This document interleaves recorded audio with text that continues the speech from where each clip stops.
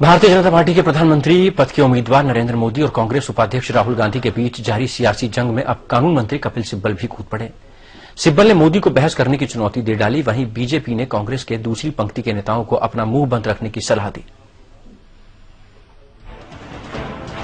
Mission 2014 को लेकर नरेंद्र मोदी और राहुल गांधी के बीच छिड़ी सियासी जंग में अब केंद्रीय कानून और संचार मंत्री कपिल सिब्बल भी कूद पड़े। कपिल सिब्बल ने मोदी पर झूठ की राजनीति का आरोप लगाते हुए खुली बहस की चुनौती दी है। आज मैं मोदी को चैलेंज करता हूं, किसी प्लेटफॉर्म पे, किसी जगह भी, किसी मुद्दे पे भी, किसी लैंग्वेज में भी, चाहे हिंदी हो, अंग्रेजी हो, मुझे गुजराती हो आती तो मैं गुजराती में भी बहस कर सकता।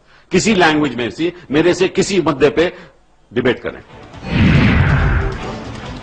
सिब्बल ने आरोप लगाया कि मोदी के पास देश को लेकर कोई नीति और विजन नहीं है।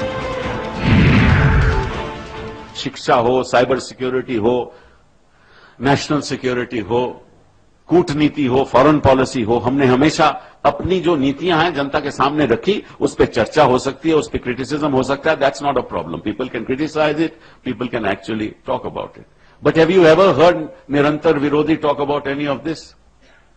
Because he has no policy.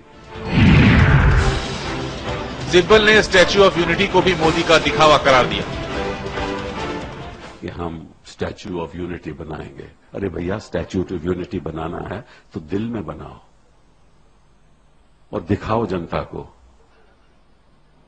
कि वो स्टैच्यू ऑफ यूनिटी मेरे दिल में है। मैं माफी मांगता हूं जो मैंने गलत काम किए। कानून मंत्री ने मोदी के इतिहास ज्ञान पर भी सवाल खड़े किए। कि जिस आदमी को इतिहास का नहीं पता, वो इतिहास रचेगा कैसे? जिसको इतिहास का नहीं पता, वो इतिहास रचेगा कैसे? He doesn't even know that Alexander never reached the Ganga.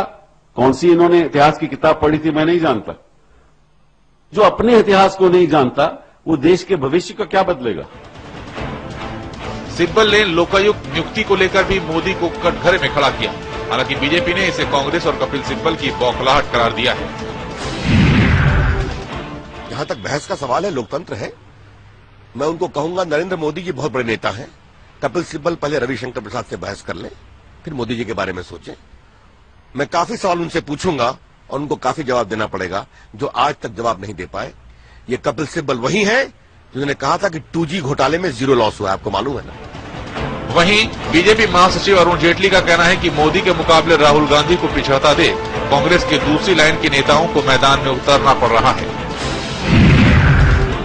Congress के जो दूसरी श्रेणी के नेता हैं, वो असभ्य भाषा में मोदी जी के लिए प्रयोग करते हैं और बीच में कहीं ना कहीं कूद जाते हैं।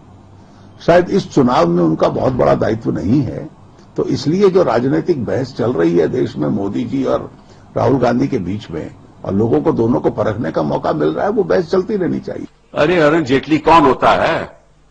कौन होता है अरुण जेटली? तो ये आरोप प्रत्यारोप नहीं लगा रहा। जब अरुण जेटली की बारी आएगी ना प्रधानमंत्री बनने की, उनसे भी डिबेट कर लूंगा।